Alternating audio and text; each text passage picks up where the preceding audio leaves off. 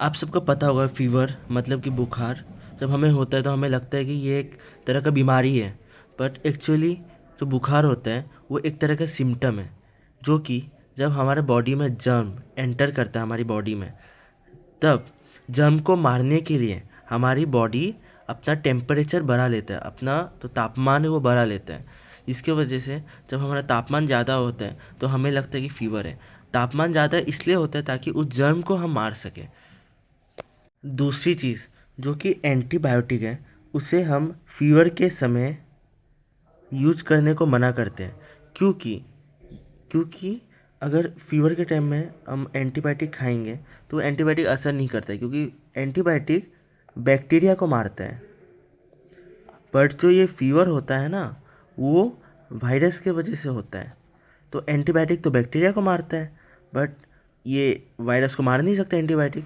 तो इसके लिए हम जब हमें बुखार होता है तो हम ये बैक्टीरिया को हम मार नहीं सकते, तो हमें वायरस को मारना होता है।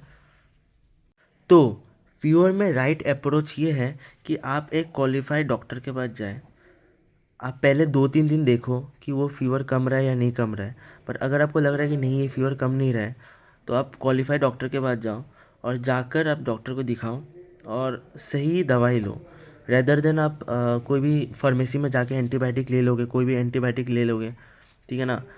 और वो एंटीबायोटिक क्या करेगा, वो आपको और बीमार कर देगा, क्योंकि आप बॉडी में एंटीबायोटिक हम रेजिस्टेंस बन जाते हैं, ठीक है ना।